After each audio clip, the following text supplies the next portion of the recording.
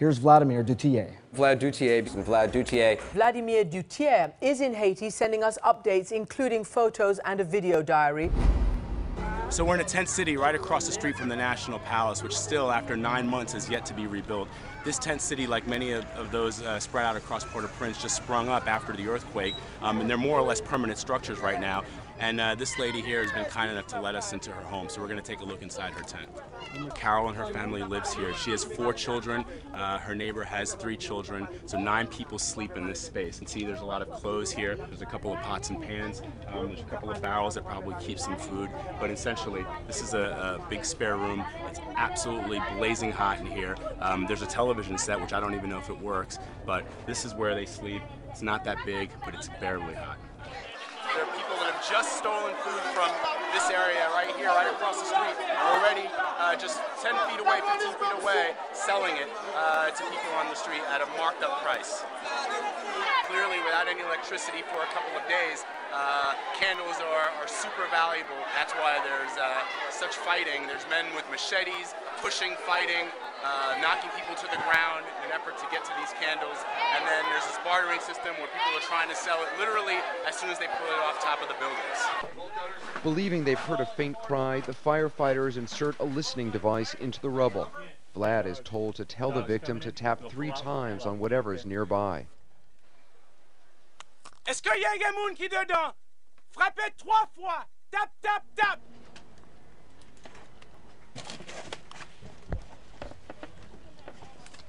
Where's your location? Yeah, good. As I looked around and I just started looking, and I said, I wonder where my grandparents are buried. If they're even buried in Port-au-Prince, I have no idea. And I then sent a quick text to my father after we were on our way already out, and he confirmed it was the cemetery. Dead end. Banger right here. I'm running into a couple of dead ends, but I think we'll try going that way and see what we come up with. Tonight, a man sits in a Rhode Island jail waiting sentencing for heinous crimes he got away with for years. They happened in Haiti, and his victims were among the country's most vulnerable, orphans living on the streets. The man sitting in jail tonight targeted these children while living a double life in plain sight. Now, I need to warn you, the abuse you're about to hear described is graphic and it's disturbing. Here's Vladimir Duthiers. When Doug Perlitz arrived in Cap Haitian in the 1990s to work with homeless street kids, he seemed like a savior. Perlitz built a school where boys could be safe. It became known as the Village, a place where boys who had nothing could come to learn, eat, sleep, and play. Francillian John Charles came to the Village when he was 12 years old. When I met Mr. Douglas, he appeared to us like Jesus Christ himself come to rescue us. Brian Russell was an early donor to Perlitz's project. We opened the gates up to the village, and it was like this paradise. There was no garbage in the village. There were buildings that were not in complete disrepair, and it seemed like an oasis in the middle of, a desert. Perlitz raised a lot of money and was beloved by the local community. What no one knew, however, was that behind the smiles and the good deeds, Doug Perlitz was actually a monster. According to more than a dozen boys, Perlitz routinely molested them for years. Douglas had an outward appearance that would make it hard to believe he was doing these things, because whenever people would see him, he would always be praying and rescuing children. Wilnick Messidor was just 11 when he says Perlitz began to abuse him. Fredlin Legrand was 14.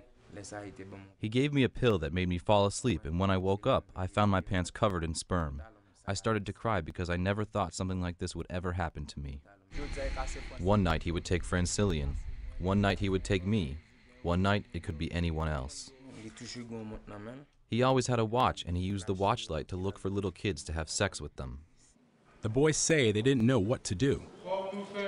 They didn't want to return to the streets, so they stayed silent for years. But in 2007, unable to stand it any longer, a few boys approached teachers and adults in town and told them what Perlitz did. But either no one believed them, or they were afraid to cross Doug Perlitz. The school became a business boon for the town, and to live well in this town, you needed to go through Mr. Douglas.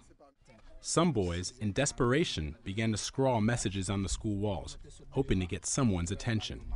All along these walls, there's graffiti markings that have been painted over. The boys say that the only way that they were ever able to get anybody to understand what was going on behind these walls was to write the graffiti about what Doug Perlitz was doing to them. And actually here you see two words that are left here, a plea for help: welcome, National Police of Haiti. The police, however, never came. Finally, a local radio reporter named Cyrus Seibert saw the graffiti and told the kids he'd help. I told the boys, I will go to the end with you. Are you ready? And they said, no problem. Seibert interviewed one of the kids on his radio show.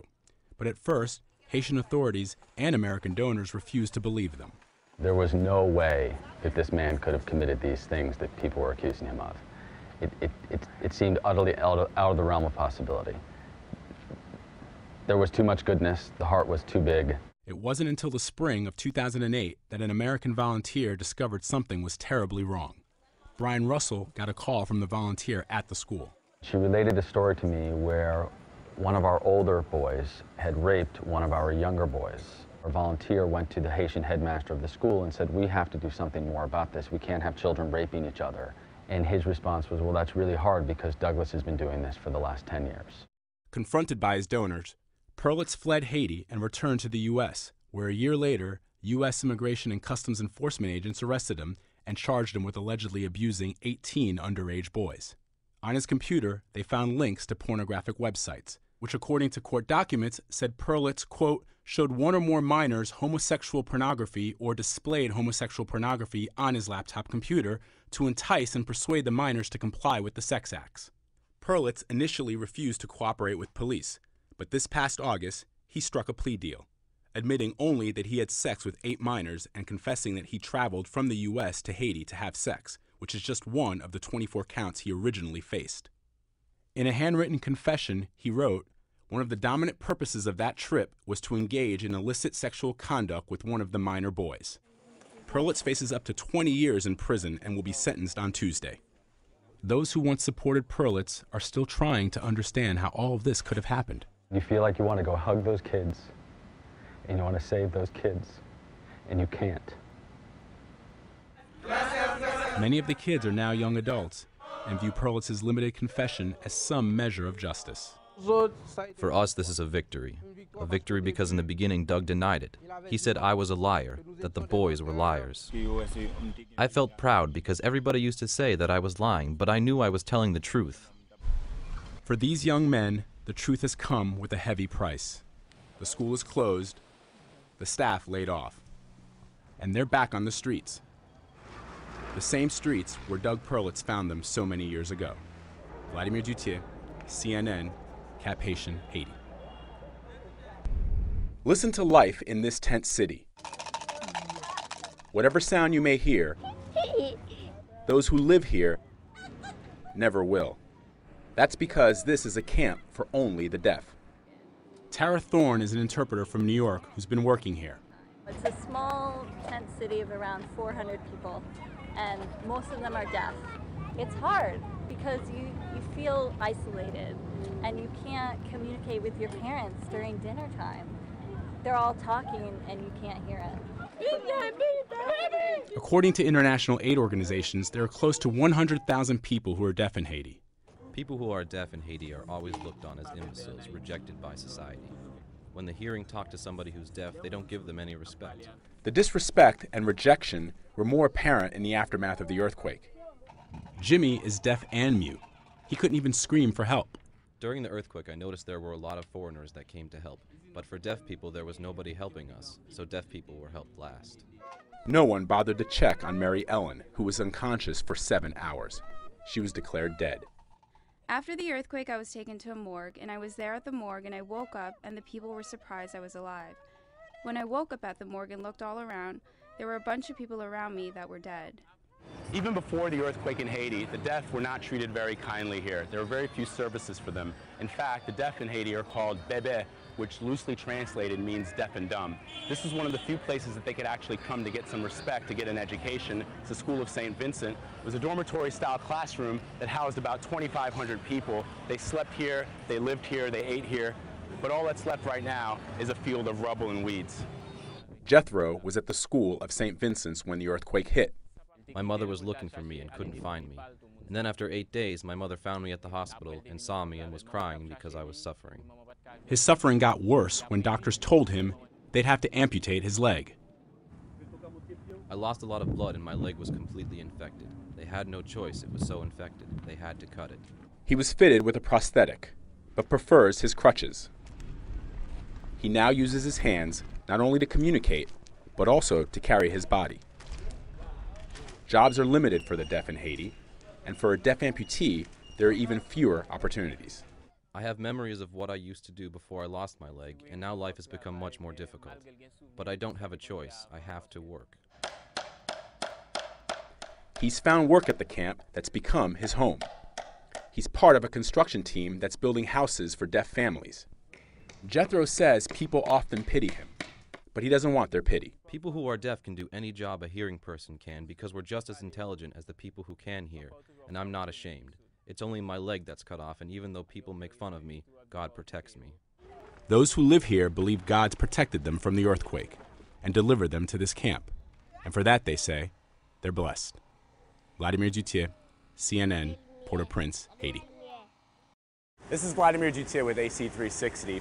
6 months ago, an earthquake devastated the island of Haiti, killing an estimated 300,000 people and leaving over 1.5 million people homeless and in the streets. CNN covered the story back then with an extensive coverage that lasted over a month. We showed you stories about desperation, undignified deaths, This entire pit is filled with people. heroic rescues,